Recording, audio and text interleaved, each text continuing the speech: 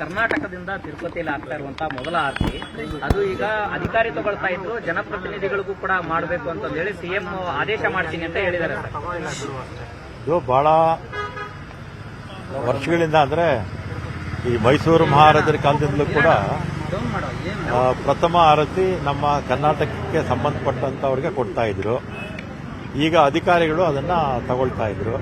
ಈಗ ಮುಖ್ಯಮಂತ್ರಿಗಳು, ಅಧಿಕಾರಿಗಳು ಅಥವಾ ಜನಪ್ರತಿನಿಧಿಗಳು ಅಥವಾ ಗಣ್ಯರು ನಮ್ಮ ಕರ್ನಾಟಕಕ್ಕೆ ಸಂಬಂಧಪಟ್ಟಿರ್ತಕ್ಕಂಥವ್ರಿಗೆ ಪ್ರಥಮ ಆರತಿ ಅವಕಾಶ ಮಾಡಿಕೊಡ್ತೀನಿ ಅಂತ ಹೇಳಿದ್ದಾರೆ.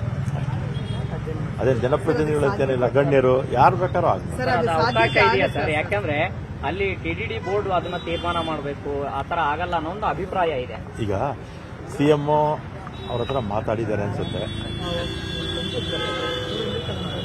ನೋಡ್ಕೊಂಡು ಮಾಡ್ತಾರೆ.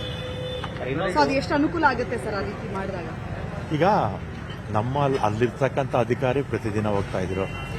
ಅದ್ರ ಬದಲಿಗೆ ನಮ್ಮ ರಾಜ್ಯದ ಗಣ್ಯರು, ಅದೇನು ಯಾರು ಬೇಕಾದ್ರೂ ಆಗಿರ್ಬೋದು, ದೊಡ್ಡ ದೊಡ್ಡ ವೈದ್ಯರಾಗಿರ್ಬೋದು, ಕಲಾವಿದರಾಗಿರ್ಬೋದು, ಅಥವಾ ಅಧಿಕಾರಿಗಳಾಗಿರ್ಬೋದು, ಅಥವಾ ರಾಜಕಾರಣಿಗಳಿರ್ಬೋದು, ಎಲ್ರಿಗೂ ಅವಕಾಶ ಸಿಗುತ್ತಲ್ಲ, ಆದ್ರೆ ಒಳ್ಳೇದೇ ಅಲ್ವಾ? ರಾಜ್ಯದ ಜಲಾಶಯಗಳಿಂದ ರೈತರ ಬೆಳೆಗಳಿಗೆ ನೀರು ಬಿಡಬೇಕು, ಎಸ್ಪೆಷಲಿ ಕೆಆರ್ಎಸ್ ಡ್ಯಾಮ್ನಿಂದ ರೈತರ ಬೆಳೆಗೆ ನೀರು ಬಿಡಬೇಕು ಒತ್ತಾಯ ಇದೆ ಸರ್. ರೈತರೆಲ್ಲ ಒತ್ತಾಯ ಮಾಡ್ತಾ ಇದ್ದಾರೆ. ಒಂದು 2 ದಿನ ಏನು ಇದ್ರ ಬಗ್ಗೆ ಏನು ಹೇಳೋದಿಲ್ಲ, ಆಮೇಲೆ ಮಾತಾಡ್ತೀವಿ. ಮಾಡಿದ್ದಾರೆ ಸರ್, ನೋಡಿರ್ಬೇಕು. ಏನಂತ ರೈತರ ಬೆಳೆಗಳಿಗೆ ನೀರು ಕೊಡದೇ ಇರೋದು ಯಾವ ಸರ್ಕಾರ? ಇರ್ಲಿ, ಅವ್ರು ಮಾತಾಡ್ತಾರೆ. ಈಗ ರೈತರು ತಮ್ಮ ಹಾಲಿನ ಪ್ರೋತ್ಸಾಹಧನ ಇನ್ನು ಕೊಡ್ತಾ ಇಲ್ಲ ಸರ್ಕಾರ ಅಂತ ಎಲ್ಲ ಒತ್ತಾಯ ಮಾಡಿ ಹೋರಾಟ ಮಾಡ್ತಾ ಇದ್ದಾರೆ. ನನಗೆ ಮಾಹಿತಿ ಇಲ್ಲ, ನಮ್ಮ ಇಲಾಖೆ ಅಲ್ಲ, ಮಾಹಿತಿ. ಕ್ಯಾಬಿನೆಟ್ ಏನಾಗ್ಬೋದು ಸರ್? ಈಗ ಸರ್ ಯಾವಾಗ ಹೋಗ್ತಾರೆ ಸರ್? ಸಿಎಂ ಯಾವಾಗ ಡೆಲ್ಲಿಗೆ ಹೋಗ್ಬೋದು ಸರ್? ಡೆಲ್ಲಿಗೆ 1 or 2 days ಅಲ್ಲಿ ಹೋಗ್ತಾರೆ.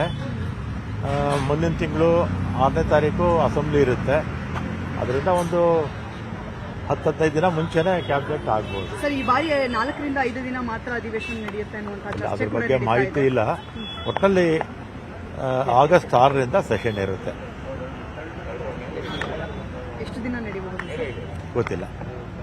ಅದು ಮುಖ್ಯಮಂತ್ರಿಗಳಿಗೆ ನಾವು ಯಾವತ್ತು ಕರೀಬೇಕು ಮತ್ತು ಎಷ್ಟು ದಿನ ಇರಬೇಕು ಅನ್ನೋದನ್ನ ಮುಖ್ಯಮಂತ್ರಿಗಳ ವಿವೇಚನೆಗೆ ನಾವು ಬಿಟ್ಟಿದ್ವಿ.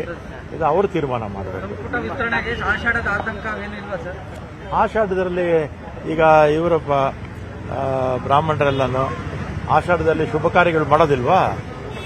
ಆಮೇಲೆ ತಮಿಳುನಾಡಲ್ಲಿ ತಮಿಳರು, ಎಲ್ಲ ಜಾತಿಯವರು, ಎಲ್ಲ ಅಲ್ಲಿರ್ತಕ್ಕಂಥವ್ರು ಎಲ್ಲ ಶುಭ ಕಾರ್ಯಗಳು ಮಾಡ್ತಾರೆ.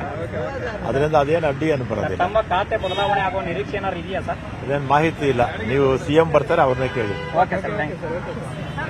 ನಿರ್ಭೀತ, ನಿಷ್ಪಕ್ಷಪಾತ, ವಿಶ್ವಾಸಾರ್ಹ ಸುದ್ದಿಗಳಿಗೆ ಮತ್ತೊಂದು ಹೆಸರಾಗಿರುವಂತ ನ್ಯೂಸ್ 18 ಕನ್ನಡ ಈಗ ಆಪ್ನಲ್ಲೂ ಲಭ್ಯವಿದೆ.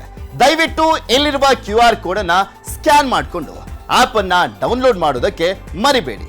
ನಿಮ್ಮ ಬೆಂಬಲ ಹೀಗೆ ಸದಾ ನಮ್ಮೊಂದಿಗಿರಲಿ. ಧನ್ಯವಾದ.